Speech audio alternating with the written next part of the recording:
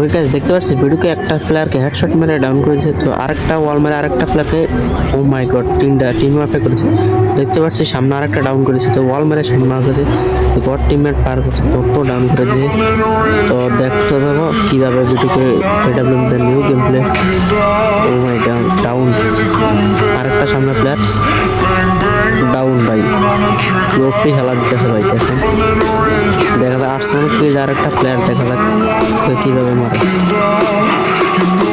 ওয়াল মেরে রেখেছে, ওয়ালটা ফাটাই ফেলছে, এই যে প্লেয়ারটাকে ফাট ডাউন করে দিচ্ছে।